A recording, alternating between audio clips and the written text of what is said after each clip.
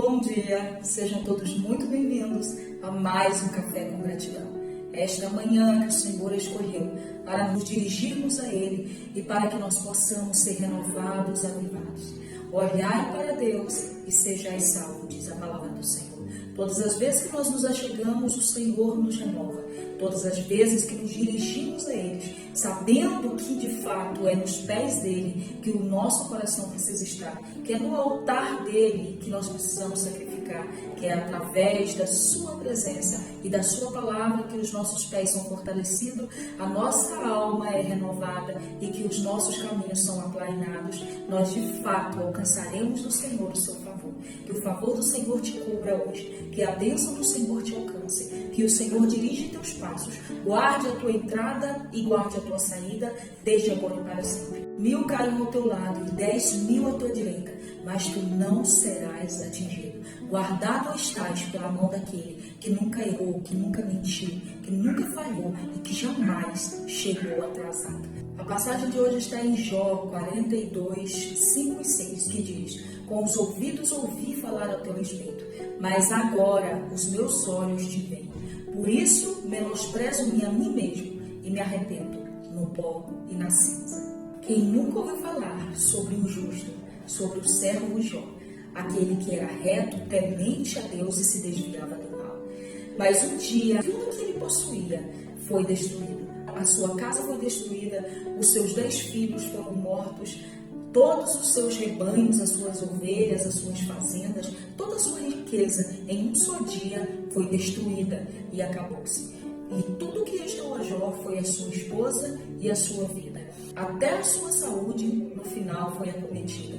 Porque diz que Jó, no ápice da sua dor, do seu lamento, da sua tristeza, da sua provação, se coçava com cacos de telhas. Jó sabia o que era experimentar sofrimento. Além das suas percas, ele ainda perdeu a sua saúde. Ele esteve em plena cinza, assentado e coçando as suas chagas, as suas úlceras com um caco de telhas para aliviar um pouco a dor. E seus amigos vieram consolar a Jó. Eles estavam em silêncio, mas quando foi passando o tempo, eles começaram a questionar. Mas por que isso? Por que daquilo? É normal que em todos os momentos que estamos atravessando, nós queremos resposta de Deus. Nós queremos que Deus fale conosco o motivo das provações. Por que nós estamos vivenciando por cada coisa? Porque nós entendemos que para cada coisa tem um motivo, tem uma resposta. Mas nem sempre Deus vai nos responder de imediato. Às vezes é talvez, às vezes é espera. E por vezes tudo que teremos é o silêncio de Deus, habitando no nosso momento de tristeza. Mas mesmo assim precisamos segurar-nos em Deus, saber que Ele nunca nos deixou e que se por alguma coisa está acontecendo algo difícil, algo que nos confronte e que nos fira, de fato o Senhor nunca perdeu o controle da situação. A mulher de Jó olhou para ele naquela situação e viu como estava tudo ao seu redor, que eles tinham perdido tudo, principalmente o bem mais precioso, que eram seus filhos, de uma só vez. Ela disse: amaldiçoa esse teu Deus e morre. E ele disse: como uma louca fala tu, porque nós receberemos o bem de Deus, por que não receberíamos também o mal? Eu saí nu do ventre da minha mãe e nu tornarei para lá. O Senhor deu, o Senhor tirou. Bendito seja o nome do Senhor. E a Bíblia diz que nem nisso Jó pecou, mas ele glorificou a Deus. Os amigos que pareciam leais, os amigos que pareciam de fato sinceros e verdadeiros, misericordiosos por ter ido consolar Jó, agora estão dizendo que de fato Jó pecou. E por isso Jó estava naquela situação. Porque quando nós não somos direcionados por Deus, nós tendemos a dar nomes às situações, a dizer o que de fato, sem discernimento, a dizer o que está acontecendo. Mas que venhamos ter o direcionamento de Deus para não pecar contra Deus e contra os nossos amigos. Os amigos de Jó começaram a condená-lo, ele buscando por respostas em Deus, e ele questionando ao Senhor, não murmurando, mas ele buscando respostas. O Senhor aparece a ele e diz: Jó, agora singe-te como homem, porque eu falarei contigo. E o Senhor mostra para ele que ele era soberano. O Senhor sempre esteve no controle de tudo. Jó nunca blasfemou, Jó nunca pecou contra Deus, mas ele procurou respostas. Mas o que Deus queria que ele fizesse era simplesmente esperar o tempo do cativeiro virar. O tempo que Deus viria em seu auxílio, porque de fato, se ele glorificou a Deus, lá no começo ele precisava terminar também glorificando. Mas são nos piores dias que nós nos encontramos com Deus. É nos nossos piores vales que Deus se revela e mostra que o que nós precisamos é somente confiar, que nós precisamos é somente esperar. Às vezes não é porque está no pecado, às vezes não é porque fez nada de errado contra Deus. O que de fato está acontecendo é que o Senhor está provando Jó para que ele faça na vida dele algo muito mais. O que Deus quer é glorificar o nome dele na vida de Jó. E por vezes, para a glorificação do nome de Deus, nós precisamos ser espremidos, precisamos ser amassados, mas o último estado é melhor do que o primeiro. E mesmo em meio à dor, mesmo em meio às chagas pelo seu corpo inteiro, mesmo em meio à perca, mesmo em meio ao luto, mesmo em meio às provações e o caos, ele abria a boca e dizia: eu sei que o meu Redentor vive e que por fim se levantará sobre a terra. Ele diz: ainda que ele me mate, todavia eu esperarei nele. Aleluia. Isso é a fé de alguém que conhece o Deus que serve. E no capítulo 42 ele vai dizer: eu sei que tudo podes e que nenhum dos teus planos poderão ser impedidos. De fato, Jó sabia que Deus era soberano, que Deus era supremo e que operando Deus ninguém pode impedir. Quem pode parar a mão do Todo-Poderoso quando ele quer agir? Quem pode dizer não quando Deus já escolheu que sim? Quem pode barrar a obra que Deus já determinou em fazer? Ninguém pode, e Jó ele sabia disso. E Deus se revela a ele em um redemoinho e ele entende que ele falava do que ele não sabia. E a declaração dele, no versículo em que lemos, ele diz: eu te conhecia de ouvir falar, mas hoje os meus olhos te viram. Me arrependo no pó e na cinza. Quando nós temos um encontro com Deus, nós não olhamos para fora, senão para dentro. Isaías, quando tem um encontro com o Senhor e ele vê o Senhor sentado em um alto sublime trono e os serafins acima dele, dizendo: santo, santo, santo. Em Isaías, capítulo de número 6, ele vai declarar, ele vai dizer: pobre homem que sou, porque eu sou pecador e eu habito no meio de um povo de impuros lábios. Isaías não olhou para fora, mas ele olhou para dentro e ele começou a reconhecer o quanto ele era pecador. Ele disse: eis que eu estou perecendo. Mas, na verdade, a glória do Senhor se manifestou para purificar Isaías, para salvar Isaías, para que houvesse arrependimento. Por vezes parece que morte, mas os desertos de Deus servem para lapidação, para reconhecimento do nosso próprio erro. Ele fez analogia à cinza que ele sentava-se para coçar as suas feridas. Agora ele estava fazendo referência a elas mesmas como um sinal de arrependimento, porque ele disse: eu me arrependo no pó e na cinza. Ele disse: tudo que eu tenho agora é arrependimento por ter falado coisas que eu não podia ter falado. Perguntado tanto ao Senhor, questionado tanto ao Senhor, porque eu sei que o teu conselho jamais pode ser frustrado, o teu agir jamais pode ser impedido. E eu te conhecia antes da minha aprovação, de ouvir falar. Porque quem olha para Deus, está no testemunho de Jó, dizendo: ele é reto, temente e se desvia do mal. Parece até que Jó de fato conhece o Senhor. Mas depois desse processo, Jó vai olhar para dentro de si e vai reconhecer que de fato ele não conhecia Deus a metade do que ele conheceu agora, depois da aprovação. Esses momentos servem para nos aproximar de Deus, a reconhecer o quanto somos pecadores, o quanto Deus é justo e o quanto nós precisamos nos aproximar dele. E que nunca ele perdeu o controle de nenhuma situação, por mais terrível que possa ser, por mais que seja vale de sombra e morte, por mais que seja caos, destruição e desertos, Deus jamais, entendeu? Jamais perdeu o controle da nossa navegação, da nossa embarcação. Tenha certeza que ele sempre esteve. Apesar de, por vezes, não ouvirmos a sua voz por tantas aflições, por tantas inquietações, por tantos questionamentos. O que Jó está dizendo é: eu falei tanto, eu queria saber tanto por que isso está acontecendo. Eu fiz tantas indagações ao Senhor e eu parei de ouvir o Senhor. Mas quando eu me calei, eu ouvi a tua voz. É o que Deus está dizendo para nós. Às vezes ficamos perdidos, confusos e sem direção, porque falamos muito e esquecemos de parar para ouvir o Senhor. É no silêncio que nós ouvimos a sua voz. O que Jó está dizendo, esses momentos de provações serviram para algo bom, para me aproximar do Senhor, para me fazer te conhecer de uma forma que eu não conhecia.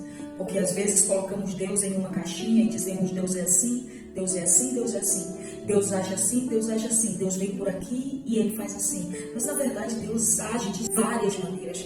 Deus tem a sua infinita, multiforme sabedoria. Ele tem vários modos de agir e nós não podemos pegar Deus, colocar ele dentro de uma caixa e dizer que ele é do jeito que nós queremos ou que nós achamos. Eu olho para essa geração e eu vejo muito se posicionando, dizendo: o Deus que eu conheço não é assim, o Deus que eu sirvo é assim. Independente de como tu conhece ele ou não, de como te apresentar ou não, não é sobre nós, o que nós sabemos de Deus, é sobre quem Deus é em sua palavra, porque a sua palavra não mente, não muda e não falha, é ela que fala sobre ele. É tempo de se voltar para Deus. É tempo de deixar Deus trabalhar dentro de nós, nem que seja pelo fogo das provações, que nos aproximam dele. Como Jó disse: ei, agora eu te conheço. Eu ouvia falar e eu achava que eu conhecia Deus, porque se conhece Deus não pelo que dizem, mas como eu experimento ele todos os dias em um devocional, em um relacionamento, em desenvolvimento de uma aliança. Não é sobre ouvir sobre Deus é ouvir experiências de outras pessoas. Mas quando eu me relaciono com ele, quando eu passo a orar, quando eu passo a buscar a sua palavra, quando eu começo a silenciar-me para que eu ouça a voz dele falando comigo, eu começo a desenvolver um relacionamento com ele. E o que vai também comprovar o quanto a minha aliança com Deus é forte, é como me comporto no meio das provações. Isso vai demonstrar se eu de fato conheço a Deus ou não, se de fato eu sirvo a Deus ou não, se de fato eu caminho com ele ou não. Porque conhecer Deus, andar com Deus, não é palavras, é comportamento. Como eu me comporto vai demonstrar se eu conheço a Deus ou não. Ouvir falar sobre Deus é experimentar experiências alheias, mas de fato viver um relacionamento com Deus, eu demonstro isso pelo meu comportamento. É como eu vivo, é como eu ouço todos os dias e é como eu reajo às suas ações na minha vida. Seja fortalecida aí agora para viver o desenvolvimento de uma aliança forte, sólida e alicerçada com o Senhor. Você vai voltar a ouvi-lo, você vai voltar a falar com ele, você vai voltar a buscar ele em sua palavra. Receba espírito de fortaleza, receba espírito de temor, receba espírito de sabedoria, de graça. Que o Espírito do Senhor te envolva só para a vida dentro de você. Eu não sei qual o vale que você está atravessando, eu não sei qual o deserto, não sei quais provações, eu não sei quanto tu tem perdido nesses últimos tempos, quanto cenário está para você, cenários improváveis, cenários de dor, mas o Senhor está dizendo para ti: eu me levantarei no tempo oportuno, porque eu não perdi o controle da navegação, eu não perdi o controle da tua embarcação, eu não perdi o controle da tua vida, da tua história. Não, no mundo de Deus não existe tempo que mata a promessa, não existe corpo envelhecido, corpo abatido para viver tudo aquilo que Deus tem. Deus está dizendo: ainda que o tempo passe, eu cumprirei em ti tudo aquilo que eu te prometi. Você não mais viverá pelo que ouve, mas viverá pelo que tem experimentado, testemunhado em Deus. Jesus disse: vós sois minha testemunha. Para que os discípulos fossem testemunho ocular de Jesus, eles precisavam contemplar o que Jesus estava fazendo, o que Jesus estava pregoando, o que Jesus estava liberando naquele tempo. Então eles precisavam caminhar com o Senhor para ser testemunha do que viram, do que ouviram, do que presenciaram. É impossível ser testemunha da glória de Deus sem presenciar o que Deus fez. O que eu ouço é testemunho de outros, e isso pode ser um problema, porque pode ser um telefone sem fio, pode chegar em mim de uma forma, a mensagem de uma forma deturpada, não de uma forma sincera e fidedigna como de fato aconteceu. O Senhor está dizendo: vai começar a viver coisas extraordinárias na minha presença depois de se posicionar como um bom servo, como aquele que quer ver e viver algo sobrenatural. Vocês continuarem a leitura, vocês vão perceber que o cativeiro de Jó foi virado. Deus mudou o cenário. Deus restituiu em dobro tudo que Jó perdeu, porque ele viu fidelidade, porque ele viu em Jó graça, e quando Deus nos prova é de fato para fazer algo grande.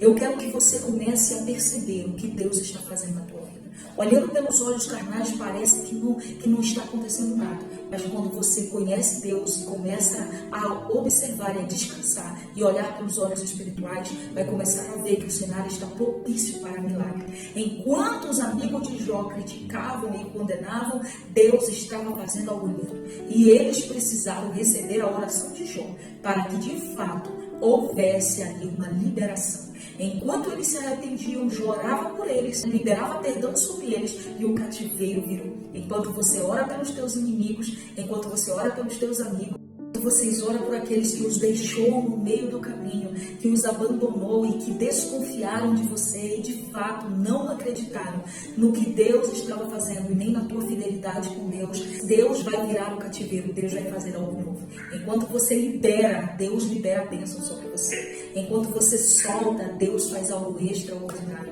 Eu profetizo em um tempo de abundância, de prosperidade. Levanta a tua mão, porque eu estou debaixo de uma via profética, algo de palavras se tornam decretos. Deus vai começar a virar o cativeiro, oh meu Deus. Deus vai começar a abrir portas grandes, Deus vai começar a prosperar, Deus vai começar a abundar quando você começar a liberar em oração, quando você começar a perdoar, quando você começar a agir como Deus quer que você aja, quando você começar a descansar em Deus, quando você começar a ver pelos olhos espirituais o que Deus está fazendo, o que Deus quer que você confie nele e o mais ele fará.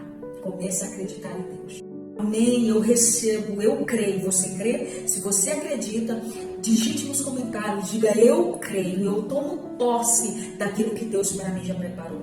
Curte, compartilha, se você ainda não é inscrito, se inscreva no canal para nos ajudar. O YouTube vai entender que de fato esse conteúdo é relevante, vai entregar para mais pessoas e vidas vão ser alcançadas. Vocês também podem ser semeadores nesse último tempo.